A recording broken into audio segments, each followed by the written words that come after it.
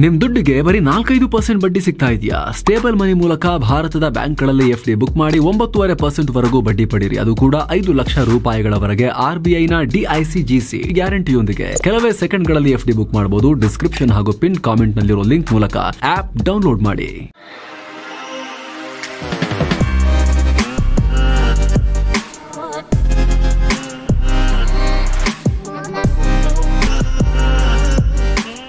Hi friends, ದಿನದ ಎಲ್ಲ ಪ್ರಮುಖ ಸುದ್ದಿಯನ್ನ ನಿಮಗೆ ತಲುಪಿಸೋ mastmaga.comನ ಫುಲ್ ನ್ಯೂಸ್ಗೆ ಸ್ವಾಗತ. ನಾನು ಅಮರ್ ಪ್ರಸಾದ್.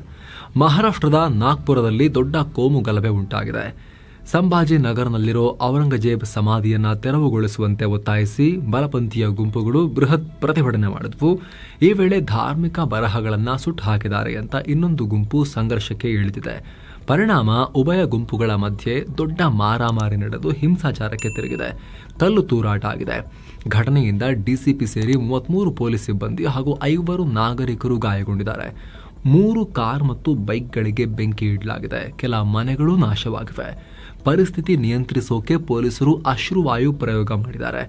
ಈ ಪ್ರಕರಣದಲ್ಲಿ ಈವರೆಗೆ 65 ಆರೋಪಿಗಳನ್ನ ಅರೆಸ್ಟ್ ಮಾಡಲಾಗಿದೆ. 5 FIR ದಾಖಲಿಸಿದ್ದಾರೆ. ಇದರ ಬೆನ್ನಲ್ಲೇ ನಾಗ್ಪುರದಲ್ಲಿ ಕರ್ಫ್ಯೂ ಜಾರಿಗೊಳಿಸಲಾಗಿದೆ. ಅಲ್ಲಿನ ಮಹಲ್ ಏರಿಯಾದಲ್ಲಿ ಸುಮಾರು 50 ಕಾರ್ಯಕರ್ತರ ಒಂದು ಗುಂಪು ಔರಂಗಜೇಬ್ ಸಮಾಧಿ ತೆರವುಗೊಳಿಸಬೇಕು ಅಂತ ಸೋಮವಾರ ಸಂಜೆ ಪ್ರತಿಭಟಿಸ್ತಾ ಇತ್ತು. ಈ ವೇಳೆ ಔರಂಗಜೇಬ್ ಫೋಟೋವನ್ನ ಪವಿತ್ರ ಚಾದರ್ನಲ್ಲಿ ಹಾಕಿ ಸುಟ್ರು ಅಂತ ವಿಡಿಯೋವೊಂದನ್ನ ಕೆಲವೇ ನಿಮಿಷಗಳಲ್ಲಿ ಸೋಷಿಯಲ್ ಮೀಡಿಯಾದಲ್ಲಿ ಭಾರಿ ವೈರಲ್ ಮಾಡಲಾಯಿತು. ಇದರಿಂದ ಸಾವಿರಾರು ಯುವಕರು ಸ್ಥಳಕ್ಕೆ ಬಂದು ಪೊಲೀಸರ ಮೇಲೂ ಕೂಡ ಕಲ್ಲು ತೂರಾಟ ಮಾಡೋಕೆ ಶುರು ಮಾಡಿದ್ರು. ಸಂಜೆ 7:30 ಸುಮಾರಿಗೆ ಈ ಘಟನೆ ತೀವ್ರ ಸ್ವರೂಪ ಪಡಿತು ಅಂತ ಪೊಲೀಸರು ಹೇಳಿದ್ದಾರೆ. ಅತ್ತ ಮಹಾರಾಷ್ಟ್ರ ಸೈಬರ್ ಪೊಲೀಸರು ಘಟನೆಗೆ ಸಂಬಂಧಪಟ್ಟಂತೆ 100ಕ್ಕೂ ಅಧಿಕ ಸೋಷಿಯಲ್ ಮೀಡಿಯಾ ಅಕೌಂಟ್ಗಳ ವಿರುದ್ಧ ತನಿಖೆ ನಡೆಸ್ತಾ ಇದ್ದಾರೆ. ಹಳೆ ವಿಡಿಯೋಸ್ ವೈರಲ್ ಆಗ್ತಾ ಇದಾವೆ, ಅವಕ್ಕೆಲ್ಲ ಕಿವಿಗೊಡಬೇಡಿ ಅಂತ ಅಧಿಕಾರಿಗಳು ಸಾರ್ವಜನಿಕರಲ್ಲಿ ಮನವಿ ಮಾಡಿಕೊಂಡಿದ್ದಾರೆ. ಇನ್ನು ಘಟನೆ ಬಗ್ಗೆ ಮಹಾರಾಷ್ಟ್ರ ಸಿಎಂ ದೇವೇಂದ್ರ ಫಡ್ನವೀಸ್ ಪ್ರತಿಕ್ರಿಯೆ ಕೊಟ್ಟಿದ್ದಾರೆ. ಇದೊಂದು ಪೂರ್ವ ನಿಯೋಜಿತ ಕೃತ್ಯ. ಟ್ರಾಲಿಗಳನ್ನ ಹಿಡ್ಕೊಂಡ್ ಬಂದಿದ್ದಾರೆ. ಕಲ್ಲು ಮಾರಕಾಸ್ತ್ರಗಳನ್ನೆಲ್ಲ ತುಂಬಿಕೊಂಡು ಬಂದಿದ್ದಾರೆ. ನಿರ್ದಿಷ್ಟ ಮನೆ ಮತ್ತು ಸಂಸ್ಥೆಗಳನ್ನ ಗುರಿಯಾಗಿಸಿ ಚೆನ್ನಾಗಿ ಪ್ಲಾನ್ ಮಾಡಿಯೇ ಈ ದಾಳಿ ನಡೆಸಲಾಗಿದೆ ಅಂತ ಹೇಳಿದ್ದಾರೆ. ಅಲ್ಲದೆ ಈ ಘಟನೆಗೆ ಇತ್ತೀಚೆಗಷ್ಟೇ ರಿಲೀಸ್ ಆದ ಚಾವಾ ಚಿತ್ರ, ಅದು ಕೂಡ ಈ ಭಾವನೆಗಳನ್ನ ಕೆರಳಿಸುವಲ್ಲಿ ಪ್ರಮುಖ ಪಾತ್ರ ವಹಿಸಿದೆ. ಆ ಫಿಲ್ಮ್ನಲ್ಲಿ ಸಂಭಾಜಿ ಮಹಾರಾಜರನ್ನ ಔರಂಗಜೇಬ್ ಎಷ್ಟು ಕ್ರೂರವಾಗಿ ಸಾಯಿಸಿದ್ದ ಅನ್ನೋದನ್ನ ತೋರಿಸಲಾಗಿದೆ. ಹೀಗಾಗಿ ಈ ಹಿಸ್ಟ್ರಿ ಗೊತ್ತಾಗಿ ಔರಂಗಜೇಬ್ ವಿರುದ್ಧ ಜನರ ಕೋಪ ಹೆಚ್ಚಾಗಿದೆ ಅಂತ ಹೇಳಿದ್ದಾರೆ. ಏನೋ ನಿರ್ದಿಷ್ಟ ಸಮುದಾಯವನ್ನ ಟಾರ್ಗೆಟ್ ಮಾಡಿ ಈ ದಾಳಿ ನಡೆದಿದೆ ಅಂತ DCM ಏಕನಾಥ್ ಶಿಂದೆ ಆರೋಪಿಸಿದ್ದಾರೆ. ಇತ್ತ ಈ ಘಟನೆಗೆ ವಿಪಕ್ಷಗಳು ಆಕ್ರೋಶ ಹೊರಹಾಕಿವೆ. ಮಹಾರಾಷ್ಟ್ರದಲ್ಲಿ ಶಾಂತಿ ಸುವ್ಯವಸ್ಥೆ ಕಾಪಾಡೋಕೆ NDA ಸರ್ಕಾರ ವಿಫಲವಾಗಿದೆ. ಮಹಾರಾಷ್ಟ್ರವನ್ನ ಮತ್ತೊಂದು ಮಣಿಪುರವಾಗಿ ಬದಲಾಯಿಸೋಕೆ ಹೊರಟಿದೆ ಅಂತ ಉದ್ಧವ್ ಬಣದ ಶಿವಸೇನೆಯ ಆದಿತ್ಯ ಠಾಕ್ರೆ ಕಿಡಿಕಾರಿದ್ದಾರೆ. ಗಾಜಾದಲ್ಲಿ ಇಸ್ರೇಲ್ ತನ್ನ ಭೀಕರ ದಾಳಿಯನ್ನ ಮುಂದುವರೆಸಿದೆ. ಕೆಲವೇ ಗಂಟೆಗಳಲ್ಲಿ ಇಸ್ರೇಲ್ ದಾಳಿಗೆ ಕನಿಷ್ಠ 400 ಜನ ಪ್ರಾಣ ಕಳ್ಕೊಂಡಿದ್ದಾರೆ. ಸಾವಿನ ಸಂಖ್ಯೆ ಕ್ಷಣ ಕ್ಷಣಕ್ಕೂ ಏರಿಕೆಯಾಗ್ತಾ ಇದೆ. ಈ ಭಯಂಕರ ದಾಳಿಯಲ್ಲಿ ನಮ್ಮ ದೊಡ್ಡ ದೊಡ್ಡ ನಾಯಕರೇ ಪ್ರಾಣ ಕಳ್ಕೊಂಡಿದ್ದಾರೆ ಅಂತ ಖುದ್ದು ಹಮಾಸ್ ಪಡೆನೇ ಹೇಳಿದೆ. ನಮ್ಮ ಟಾಪ್ ಅಧಿಕಾರಿಗಳು ಸಾವನ್ನಪ್ಪಿದ್ದಾರೆ. ಇದರಲ್ಲಿ ಗಾಜಾದ ಹಮಸ್ ಸರ್ಕಾರದ ಮುಖ್ಯಸ್ಥ ಇಸಾಮ್ ಅಲ್ ದಲೀಸ್, ಆಂತರಿಕ ಸಚಿವಾಲಯದ ಮುಖ್ಯಸ್ಥ ಮಹಮೂದ್ ಅಬು ವತ್ಪಾ ಮತ್ತು ಆಂತರಿಕ ಭದ್ರತೆಯ ಡೈರೆಕ್ಟರ್ ಜನರಲ್ ಬಜತ್ ಅಬು ಸುಲ್ತಾನ್ ಮೃತಪಟ್ಟಿದ್ದಾರೆ. ಅಲ್ಲದೆ ಇವರ ಕುಟುಂಬಸ್ಥರು ಕೂಡ ಪ್ರಾಣ ಕಳ್ಕೊಂಡಿದ್ದಾರೆ ಅಂತ ಹಮಸ್ ಸ್ಟೇಟ್ಮೆಂಟ್ ರಿಲೀಸ್ ಮಾಡಿದೆ. ಇನ್ನೊಂದು ಕಡೆ ಇಸ್ರೇಲ್ ಕೂಡ ಈ ದಾಳಿ ಹೀಗೆ ಮುಂದುವರಿಯುತ್ತೆ, ನಮ್ಮ ಒತ್ತೆಯಾಳುಗಳನ್ನ ಬಿಡಿಸಿ ನಮ್ಮ ಪೂರ್ಣ ಗುರಿ ತಲುಪೋ ತನಕ ನಾವು ಸುಮ್ಮನಿರೋದಿಲ್ಲ ಅಂತ ಹೇಳಿದೆ. ಅಂದ್ರೆ ಹಮಸ್ಗಳನ್ನ ಪೂರ್ತಿ ನಾಶಪಡಿಸೋ ತನಕ ದಾಳಿ ನಡೆಸ್ತಾನೆ ಇರ್ತೀವಿ ಅಂತ ಇಸ್ರೇಲ್ ಹೇಳಿದೆ. ಅಂದಹಾಗೆ ಕಳೆದ ಜನವರಿ 19ನೇ ತಾರೀಕು ಇಸ್ರೇಲ್ ಮತ್ತು ಹಮಸ್ ನಡುವೆ ಕದನ ವಿರಾಮ ಒಪ್ಪಂದ ಆಗಿತ್ತು. ಸಾಕಷ್ಟು ಒತ್ತೆಯಾಳುಗಳನ್ನ ರಿಲೀಸ್ ಮಾಡಲಾಗಿತ್ತು. ಕೆಲವರ ದೇಹಗಳನ್ನ ಕೊಡಲಾಗಿತ್ತು. ಆದ್ರೆ ಇನ್ನೂ ತುಂಬಾ ಜನ ಇದ್ದಾರೆ. ಈ ಕದನ ವಿರಾಮ ಮಾರ್ಚ್ 1ರ ತನಕ ಇತ್ತು. 2ನೇ ಕದನ ವಿರಾಮ ಮಾತುಕತೆ ಆಗಬೇಕಾಗಿತ್ತು. ಅದಕ್ಕೆ ಮಾತುಕತೆ ನಡೀತಾ ಇತ್ತು. ಆದರೆ ಈ ಕದನ ವಿರಾಮದಲ್ಲಿ ಹಮಾಸ್ ಸರಿಯಾಗಿ ನಡ್ಕೋತಾ ಇಲ್ಲ, ಒತ್ತೆಯಾಳುಗಳ ಬಿಡುಗಡೆ ಪ್ರಕ್ರಿಯೆಯನ್ನ ಸ್ಲೋ ಮಾಡ್ತಿದ್ದಾರೆ ಅಂತ ಇಸ್ರೇಲ್ ಆರೋಪ ಮಾಡಿತ್ತು. ಇದರ ಬೆನ್ನಲ್ಲೇ ಈ ಭೀಕರ ದಾಳಿಯಾಗಿದೆ. ಜೊತೆಗೆ ಈ ದಾಳಿಯಲ್ಲಿ ಹಮಸ್ನ ದೊಡ್ಡ ದೊಡ್ಡ ತಲೆಗಳು, ಟಾಪ್ ಲೀಡರ್ಶಿಪ್ ಕಿತ್ಕೊಂಡು ಹೋಗಿರೋದು, ನಾಶವಾಗಿರೋದು ಹಮಸ್ಗೆ ದೊಡ್ಡ ಹಿನ್ನಡೆ. ಅದರಲ್ಲೂ ಬಜತ್ ಅಬು ಸುಲ್ತಾನ್ ಹಮಸ್ ಸಂಘಟನೆಯನ್ನ ಮತ್ತೆ ಒಟ್ಟುಗೂಡಿಸೋಕೆ ಸಾಕಷ್ಟು ಶ್ರಮ ಪಡ್ತಾ ಇದ್ದ ವ್ಯಕ್ತಿ. ಮಹಮೂದ್ ಅಬು ವತ್ಪಾ ಗಾಜಾದ ಆಡಳಿತ ಮತ್ತು ಭದ್ರತಾ ಕಾರ್ಯಾಚರಣೆಯನ್ನು ನೋಡ್ಕೊಳ್ತಾ ಇದ್ದ ವ್ಯಕ್ತಿ. ಇನ್ನು ಇಸಾಮ್ ಅಲ್ ದಲೀಸ್ 2021ರ ಮಾರ್ಚ್ನಲ್ಲಿ ಗಾಜಾದ ಹಮಸ್ ಲೀಡರ್ ಆಗಿ ಆಯ್ಕೆಯಾಗಿದ್ದ ವ್ಯಕ್ತಿ. ಈ ಹಿಂದೆ ಕೂಡ ದಲೀಸ್ ಸಾವನ್ನಪ್ಪಿದ್ದ ಹಲವು ರಿಪೋರ್ಟ್ಸ್ ಬಂದಿದ್ವು, ಆದರೆ ಅಸ್ಪಷ್ಟತೆ ಇತ್ತು. ಈಗ ಹಮಾಸೆ ಈ ಟಾಪ್ ತಲೆಗಳ ನಾಶವನ್ನ ಕನ್ಫರ್ಮ್ ಮಾಡಿದೆ. ಇನ್ನು ಇತ್ತೀಚೆಗಷ್ಟೇ ಕೇಂದ್ರ ಸಚಿವ ಎಚ್ ಡಿ ಕುಮಾರಸ್ವಾಮಿ ಮತ್ತು ಇತರರ ವಿರುದ್ಧ ರಾಮನಗರ ಜಿಲ್ಲೆ ಕೇತಗಾನಹಳ್ಳಿಯಲ್ಲಿ ಸರ್ಕಾರಿ ಜಮೀನು ಒತ್ತುವರಿ ಆರೋಪ ಕೇಳಿಬಂದಿತ್ತು. ಈ ಆರೋಪಕ್ಕೆ ಸಂಬಂಧಪಟ್ಟಂತೆ ಈಗ ದೊಡ್ಡ ಬೆಳವಣಿಗೆಯಾಗಿದೆ. ಕಂದಾಯ ಇಲಾಖೆ ಒತ್ತುವರಿ ಭೂಮಿ ತೆರವು ಕಾರ್ಯಾಚರಣೆಗೆ ಮುಂದಾಗಿದೆ. ಹೈಕೋರ್ಟ್ ಆದೇಶ ಮತ್ತು ಸರ್ವೆ ವರದಿಯೊಂದಿಗೆ ಈ ಕ್ರಮ ಕೈಗೊಳ್ಳಲಾಗ್ತಾ ಇದೆ ಅಂತ ರಾಮನಗರ ಡಿಸಿ ಯಶವಂತ್ ವಿ ಗುರುಕರ್ ಹೇಳಿದ್ದಾರೆ. ಕೇತಗಾನಹಳ್ಳಿಯ ಸರ್ವೆ ನಂಬರ್ 7, 8, 9, 10, 16, 17 ಮತ್ತು 79ರಲ್ಲಿ 14 ಎಕರೆ ಸರ್ಕಾರಿ ಭೂಮಿಯನ್ನ ಕುಮಾರಸ್ವಾಮಿ ಮತ್ತವರ ಸಂಬಂಧಿ ಮಾಜಿ ಶಾಸಕ ಡಿಸಿ ತಮ್ಮಣ್ಣ ಸೇರಿ ಮತ್ತಿತರರು ಅಕ್ರಮವಾಗಿ ಒತ್ತುವರಿ ಮಾಡಿಕೊಂಡಿದ್ದಾರೆ ಅನ್ನೋ ಆರೋಪ ಇತ್ತು. ಇದೇ ಕಾರಣಕ್ಕೆ ರಾಜ್ಯ ಸರ್ಕಾರ ಎಸ್ಐಟಿ ರಚನೆ ಮಾಡಿತ್ತು. ಅದು ಸರ್ವೆ ನಡೆಸಿ ಸರ್ಕಾರಕ್ಕೆ ವರದಿನೂ ಸಲ್ಲಿಸಿತ್ತು. ಇದೀಗ ಹೈಕೋರ್ಟ್ ಆದೇಶದ ಮೇರೆಗೆ ಭೂ ತೆರವು ಕಾರ್ಯಾಚರಣೆಯನ್ನ ಕಂದಾಯ ಇಲಾಖೆ ಕೈಗೊಂಡಿದೆ. ಈ ಬಗ್ಗೆ ರಿಯಾಕ್ಟ್ ಮಾಡಿರೋ ಕೇಂದ್ರ ಸಚಿವ ಕುಮಾರಸ್ವಾಮಿ, ನನ್ನ ಜೀವನದಲ್ಲಿ ಯಾವುದೇ ಅಕ್ರಮ ಎಸಗಿಲ್ಲ. ಕಾನೂನುಬದ್ಧವಾಗಿ 40 ವರ್ಷಗಳ ಹಿಂದೆ ಭೂಮಿಯನ್ನ ಖರೀದಿ ಮಾಡಿದ್ದೀನಿ.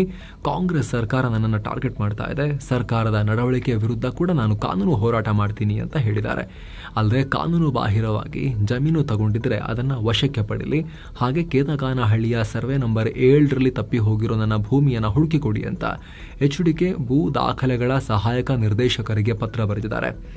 ಈ ಕೇಸ್ ಬಗ್ಗೆ ಸಚಿವ ಪ್ರಿಯಾಂಕ್ ಖರ್ಗೆ ಮಾತನಾಡಿ, ಎಲ್ಲದಕ್ಕೂ ದಾಖಲೆ ಇರುತ್ತೆ, ಇದಕ್ಕಿರೋದಿಲ್ವಾ? ಸರ್ಕಾರದ ತಪ್ಪಿದ್ರೆ ನಮಗ್ ಶಿಕ್ಷೆ, ನಿಮ್ಮ ತಪ್ಪಿದ್ರೆ ನಿಮಗ್ ಶಿಕ್ಷೆ ಆಗತ್ತೆ ಅಂತ ಕುಮಾರಸ್ವಾಮಿಗೆ ತಿರುಗೇಟು ಕೊಟ್ಟಿದ್ದಾರೆ. ಮತ್ತೊಂದು ಕಡೆ ಭರ್ತಿ 9 ತಿಂಗಳಿಗಿಂತ ಹೆಚ್ಚಿನ ಕಾಲ ಅಂತಾರಾಷ್ಟ್ರೀಯ ಬಾಹ್ಯಾಕಾಶ ನಿಲ್ದಾಣ ISS ಇಂಟರ್ನ್ಯಾಷನಲ್ ಸ್ಪೇಸ್ ಸ್ಟೇಷನ್ ಅಲ್ಲಿ ಸ್ಟಕ್ ಆಗಿದ್ದ, ಈಗ ಭೂಮಿಗೆ ಮರಳುತ್ತಾ ಇರೋ ಭಾರತ ಮೂಲದ ಅಮೆರಿಕನ್ ಗಗನಯಾತ್ರಿ ಸುನಿತಾ ವಿಲಿಯಮ್ಸ್ಗೆ ಮೋದಿ ಪತ್ರ ಬರೆದಿದ್ದಾರೆ. ನೀವು ಸಾವಿರಾರು ಮೈಲುಗಳಷ್ಟು ದೂರವಿದ್ರೂ ಕೂಡ ನಮ್ಮ ಹೃದಯಕ್ಕೆ ಹತ್ತಿರವಾಗಿದ್ದೀರಿ. ನಿಮ್ಮ ಸಾಧನೆಗಳು 140 ಕೋಟಿ ಭಾರತೀಯರಿಗೆ ಹೆಮ್ಮೆ. ನಿಮ್ಮ ಮಿಷನ್ನ ಸಕ್ಸಸ್ ಮತ್ತು ನಿಮ್ಮ ಉತ್ತಮ ಆರೋಗ್ಯಕ್ಕಾಗಿ ಭಾರತೀಯರು ಪ್ರಾರ್ಥಿಸ್ತಾ ಇದ್ದಾರೆ ಅಂತ ಮೋದಿ ಹೇಳಿದ್ದಾರೆ. ಇನ್ನು ಭಾರಿ ಪರ ವಿರೋಧಗಳ ನಡುವೆ ರಾಜ್ಯದ ಸಿದ್ದರಾಮಯ್ಯ ಸರ್ಕಾರ ಸರ್ಕಾರಿ ಕಾಮಗಾರಿಗಳ ಗುತ್ತಿಗೆಯಲ್ಲಿ ಮುಸ್ಲಿಮರಿಗೆ 4% ಮೀಸಲಾತಿ ಕೊಡುವ ವಿಧೇಯಕವನ್ನ ವಿಧಾನಸಭೆಯಲ್ಲಿ ಮಂಡಿಸಿದೆ. ಇದರ ಜೊತೆಗೆ ಹಿಂದುಳಿದ ವರ್ಗಗಳಿಗೆ ಸರಕು ಮತ್ತು ಸೇವೆಗಳಲ್ಲಿ ಮೀಸಲಾತಿ ಕಲ್ಪಿಸುವ ವಿಧೇಯಕವನ್ನ ಕೂಡ ಮಂಡಿಸಲಾಗಿದೆ. ಕಾನೂನು ಸಚಿವ ಎಚ್ ಕೆ ಪಾಟೀಲ್ ಈ ವಿಧೇಯಕವನ್ನ ಮಂಡಿಸಿದ್ದಾರೆ. ಇನ್ನು ಅಕ್ರಮಗಳಿಂದ ಆಗಾಗ ಸುದ್ದಿಯಾಗೋ, ಯಾವಾಗಲೂ ಸುದ್ದಿಯಾಗೋ ಕರ್ಮಕಾಂಡದ ಕೂಟ KPSCಯಲ್ಲಿನ ಅಕ್ರಮ ಮತ್ತು ಎಡವಟ್ಟುಗಳಿಗೆ ಬ್ರೇಕ್ ಹಾಕೋಕೆ ಸರ್ಕಾರ ಹೆಜ್ಜೆ ಇಡ್ತೀವಿ ಅಂತ ಹೇಳಿದೆ. ಇದಕ್ಕಾಗಿ ಕರ್ನಾಟಕ ಲೋಕಸೇವಾ ಆಯೋಗ ತಿದ್ದುಪಡಿ ವಿಧೇಯಕವನ್ನ ವಿಧಾನಸಭೆಯಲ್ಲಿ ಅಂಗೀಕರಿಸಲಾಗಿದೆ. ಈ ಹಿಂದೆ KPSC ಕುರಿತು ನಿಯಮ ರೂಪಿಸಬೇಕಾದ್ರೆ ಅದರ ಜೊತೆಗೆ ಸರ್ಕಾರ ಚರ್ಚಿಸಬೇಕು ಅನ್ನೋ ನಿಯಮ ಇತ್ತು, ಅದನ್ನೀಗ ತೆಗೆದು ಹಾಕಲಾಗಿದೆ. ಜೊತೆಗೆ KPSCಯಲ್ಲಿ ಸ್ವಜನ ಪಕ್ಷಪಾತಕ್ಕೆ ಬ್ರೇಕ್ ಹಾಕೋಕೆ ವಿಧೇಯಕದಲ್ಲಿ ಅವಕಾಶವನ್ನ ಕೊಡೋ ರೀತಿ ನಾವು ಮಾಡ್ತಾ ಇದೀವಿ ಅಂತ ಸರ್ಕಾರ ಹೇಳಿದೆ. ಇನ್ನು ಅಕ್ರಮ ಚಿನ್ನ ಕಳ್ಳ ಸಾಗಾಣಿಕೆ ಕೇಸ್ನಲ್ಲಿ ಅರೆಸ್ಟ್ ಆಗಿರೋ ನಟಿ ರನ್ಯಾ ರಾವ್ ಕೇಸ್ನಲ್ಲಿ ಒಂದಿಷ್ಟು ಬೆಳವಣಿಗೆಯಾಗಿದೆ. ಈ ಕೇಸ್ನಲ್ಲಿ ಏರ್ಪೋರ್ಟ್ ಸಿಬ್ಬಂದಿ ಭಾಗಿಯಾಗಿರೋದು ಕನ್ಫರ್ಮ್ ಆಗಿದೆ. ಏರ್ಪೋರ್ಟ್ ಪ್ರೋಟೋಕಾಲ್ ದುರ್ಬಳಕೆ ಬಗೆಗಿನ ತನಿಖೆಗಾಗಿ ಗೌರವ್ ಗುಪ್ತಾ ತಂಡವನ್ನು ನೇಮಿಸಲಾಗಿತ್ತು. ಅಲ್ಲಿ ಈ ಮಾಹಿತಿ ಹೊರಬಿದ್ದಿದೆ. ಇನ್ನು ಆರೋಪಿ ರನ್ಯಾ ರಾವ್ ದುಬೈನಿಂದ ಅಕ್ರಮ ಚಿನ್ನವನ್ನ ತಂದು ಬೆಂಗಳೂರಲ್ಲಿ ದೊಡ್ಡ ಚಿನ್ನದ ಅಂಗಡಿ ತೆರೆಯೋ ಬಗ್ಗೆ ಪ್ಲಾನ್ ಮಾಡಿದ್ರು ಅಂತ ಹೇಳಲಾಗ್ತಿದೆ. ಏನೋ ಬೆಂಗಳೂರಲ್ಲಿರೋ ಅಮೆರಿಕನ್ ಬಿಲಿಯನಿಯರ್ ಜಾರ್ಜ್ ಸೋರೋಸ್ರ ಓಪನ್ ಸೊಸೈಟಿ ಫೌಂಡೇಶನ್ ಕಚೇರಿ ಮೇಲೆ ಇಡಿ ಅಧಿಕಾರಿಗಳು ರೇಡ್ ಮಾಡಿ ದಾಖಲೆಗಳ ಪರಿಶೀಲನೆ ನಡೆಸಿದ್ದಾರೆ. ಈ ಫೌಂಡೇಶನ್ಗೆ ಸಂಬಂಧಪಟ್ಟ ಇತರ ಘಟಕಗಳ ಮೇಲೂ ಕೂಡ ಇಡಿ ರೇಡ್ ಮಾಡಿದೆ. ವಿದೇಶಿ ವಿನಿಮಯ ನಿರ್ವಹಣಾ ಕಾಯ್ದೆ ಫೆಮಾದ ನಿಯಮಗಳನ್ನ ಉಲ್ಲಂಘನೆ ಮಾಡಿದಕ್ಕಾಗಿ ಈ ದಾಳಿ ನಡೆಸಲಾಗಿದೆ ಅಂತ ಇಡಿ ಅಧಿಕಾರಿಗಳು ತಿಳಿಸಿದ್ದಾರೆ. Bharat carbon dioxide CO2 emission ಕಮ್ಮಿ ಮಾಡಿ ಕ್ಲೀನ್ ಎನರ್ಜಿ ಉತ್ಪಾದನೆ ಕಡೆಗೆ ಹೆಜ್ಜೆ ಇಡ್ತಿರೋದು ನಿಮಗೆಲ್ಲ ಗೊತ್ತೇ ಇದೆ. ಈ ಪ್ರಯತ್ನದಲ್ಲಿ ಈಗ ಇನ್ನೊಂದು ಮಹತ್ವದ ಬೆಳವಣಿಗೆಯಾಗಿದೆ. ರಾಜಸ್ಥಾನದಲ್ಲಿ 700 ಮೆಗಾವ್ಯಾಟ್ ಸೀರೀಸ್ನ 3ನೇ ನ್ಯೂಕ್ಲಿಯರ್ ರಿಯಾಕ್ಟರ್ ಕಾರ್ಯಾಚರಣೆ ಶುರು ಮಾಡಿದೆ. ಇದು ಭಾರತ ಸ್ಥಳೀಯವಾಗಿ ಡೆವಲಪ್ ಮಾಡಿದ ರಿಯಾಕ್ಟರ್ ಆಗಿದೆ. ಈ ಹೊಸ ಘಟಕದಿಂದ ಭಾರತದ ನ್ಯೂಕ್ಲಿಯರ್ ವಿದ್ಯುತ್ ಉತ್ಪಾದನಾ ಸಾಮರ್ಥ್ಯ 8880 ಮೆಗಾವ್ಯಾಟ್ಗೆ ತಲುಪಿದೆ. ಗುಜರಾತ್ನಲ್ಲಿ ಆಲ್ರೆಡಿ 700 ಮೆಗಾವ್ಯಾಟ್ ಸೀರೀಸ್ನ 2 ನ್ಯೂಕ್ಲಿಯರ್ ರಿಯಾಕ್ಟರ್ ಇವೆ. ಅದನ್ನು KAPS-3 ಮತ್ತು KAPS-4 ಹೆಸರಲ್ಲಿ ಕರೆಯಲಾಗ್ತಾ ಇದೆ. ಈಗ ಇದರ ಸಾಲಿಗೆ ರಾಜಸ್ಥಾನದ ರಿಯಾಕ್ಟರ್ ಕೂಡ ಸೇರಿದೆ.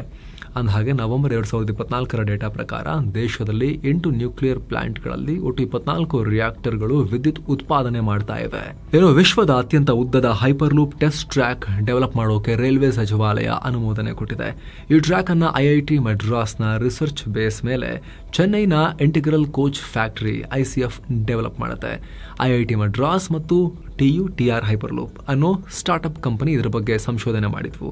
IIT ಮಡ್ರಾಸ್ ಕೂಡ ತನ್ನ ಕ್ಯಾಂಪಸ್ನಲ್ಲಿ 400 ಮೀಟರ್ ಉದ್ದದ ಟೆಸ್ಟ್ ಟ್ರ್ಯಾಕ್ ಅನ್ನು ಅಭಿವೃದ್ಧಿಪಡಿಸ್ತಾ ಇದೆ. ಈಗ ಅದೇ IIT ಸಹಾಯದಲ್ಲಿ ವಿಶ್ವದ ಅತ್ಯಂತ ಉದ್ದದ ಟೆಸ್ಟ್ ಟ್ರ್ಯಾಕ್ ಅನ್ನು ನಿರ್ಮಿಸೋಕೆ ಸರ್ಕಾರ ಮುಂದಾಗಿದೆ. ಅಂದಹಾಗೆ ಈ ಹೈಪರ್ ಲೂಪ್ನಲ್ಲಿ ಸಿಲಿಂಡರ್ ಆಕಾರದ ಟ್ಯೂಬ್ನಲ್ಲಿ ರೈಲ್ವೆ ಬೋಗಿ ರೀತಿಯ ಪಾಡ್ಗಳು ಚಲಿಸುವಂತೆ ಮಾಡಲಾಗುತ್ತೆ. ಇವು ಮ್ಯಾಗ್ಲೆವ್ ಟೆಕ್ನಾಲಜಿ ಅಂದರೆ ಮ್ಯಾಗ್ನೆಟಿಕ್ ಲ್ಯಾವಿಟೇಷನ್ ಟೆಕ್ನಾಲಜಿಯಿಂದ ಚಲಿಸ್ತವೆ. ಈ ಹೈಪರ್ ಲೂಪ್ ಸಾರಿಗೆಗೆ ಲಭ್ಯ ಆದರೆ ಬೆಂಗಳೂರಿಂದ ಚೆನ್ನೈ ನಡುವಿನ ಸುಮಾರು 300 ಕಿಲೋಮೀಟರ್ ಅಂತರ ಬರೀ 30 ನಿಮಿಷದಲ್ಲಿ ರೀಚ್ ಆಗಬಹುದು. ಗಂಟೆಗೆ 600 ಕಿಲೋಮೀಟರ್ ವೇಗದಲ್ಲಿ ಚಲಿಸೋ ಸಾಮರ್ಥ್ಯ ಇರುತ್ತೆ ಇದಕ್ಕೆ ಸಂಬಂಧಪಟ್ಟಂತೆ ಡೀಟೇಲ್ ಆಗಿ ನಾವು ಹಲವು ಬಾರಿ ಈ ಹಿಂದೆ ಈ ರಿಪೋರ್ಟ್ಸ್ ಅಲ್ಲೆಲ್ಲ ಮಾಹಿತಿಯನ್ನು ಕೊಟ್ಟಿದ್ವಿ. ಅಯೋಧ್ಯೆ ರಾಮ ಮಂದಿರಕ್ಕೆ ಸಂಬಂಧಪಟ್ಟಂತೆ ಒಂದಷ್ಟು ಅಪ್ಡೇಟ್ಸ್ ಬಂದಿದ್ದಾವೆ, ಒಂದಷ್ಟು ಅಂಕಿಅಂಶಗಳು. ಇದರ ನಿರ್ವಹಣೆಯ ಹೊಣೆಯನ್ನು ಹೊತ್ತಿರೋ ಶ್ರೀರಾಮ ಜನ್ಮಭೂಮಿ ತೀರ್ಥ ಕ್ಷೇತ್ರ ಟ್ರಸ್ಟ್ ಸರ್ಕಾರಕ್ಕೆ 396 ಕೋಟಿ ರೂಪಾಯಿ ಟ್ಯಾಕ್ಸ್ ಕಟ್ಟಿದೆ. ಇದರಲ್ಲಿ 270 ಕೋಟಿ GST ಕೂಡ ಸೇರಿದೆ. ಏನೋ ರಾಮ ಮಂದಿರ ನಿರ್ಮಾಣ ಆದಾಗಿನಿಂದ ಇಲ್ಲಿವರೆಗೂ 16 ಕೋಟಿ ಭಕ್ತರು ವಿಸಿಟ್ ಮಾಡಿದ್ದಾರೆ ಅಂತ ಟ್ರಸ್ಟ್ ಹೇಳಿದೆ. ಏನೋ ಭಾರತದ ಷೇರುಪೇಟೆ ಬುಲ್ಲಿಶ್ ಆಗಿತ್ತು. ದಿನದ ವಹಿವಾಟಿನ ಅಂತ್ಯಕ್ಕೆ ಸೆನ್ಸೆಕ್ಸ್ 1131 ಪಾಯಿಂಟ್ಸ್ ಜಂಪ್ ಆಗಿ 75,301ಕ್ಕೆ, ನಿಫ್ಟಿ 325 ಪಾಯಿಂಟ್ಸ್ ಜಂಪ್ ಆಗಿ 22,834ಕ್ಕೆ ತಲುಪಿತು. ಜಾಗತಿಕ ಮಾರುಕಟ್ಟೆಯಲ್ಲಿ ಪಾಸಿಟಿವ್ ಬೆಳವಣಿಗೆ. ಹೂಡಿಕೆದಾರರು ಮುಂದಿನ ಏಪ್ರಿಲ್ನಲ್ಲಿ RBI ಬಡ್ಡಿದರ ಕಡಿತದ ನಿರೀಕ್ಷೆಯಲ್ಲಿರೋದು, ಅಮೆರಿಕದ ಡಾಲರ್ ಮುಂದೆ ರೂಪಾಯಿ ಮೌಲ್ಯ ಏರಿಕೆ ಕಾಣ್ತಿರೋದ್ರಿಂದ ದೇಸಿ ಮಾರುಕಟ್ಟೆಯಲ್ಲಿ ಚೇತರಿಕೆ ಕಂಡುಬಂದಿದೆ. ಹೂಡಿಕೆದಾರರು ಒಂದೇ ಸೆಷನ್ನಲ್ಲಿ 7 ಲಕ್ಷ ಕೋಟಿ ರೂಪಾಯಿ ಲಾಭ ಮಾಡಿಕೊಂಡಿದ್ದಾರೆ.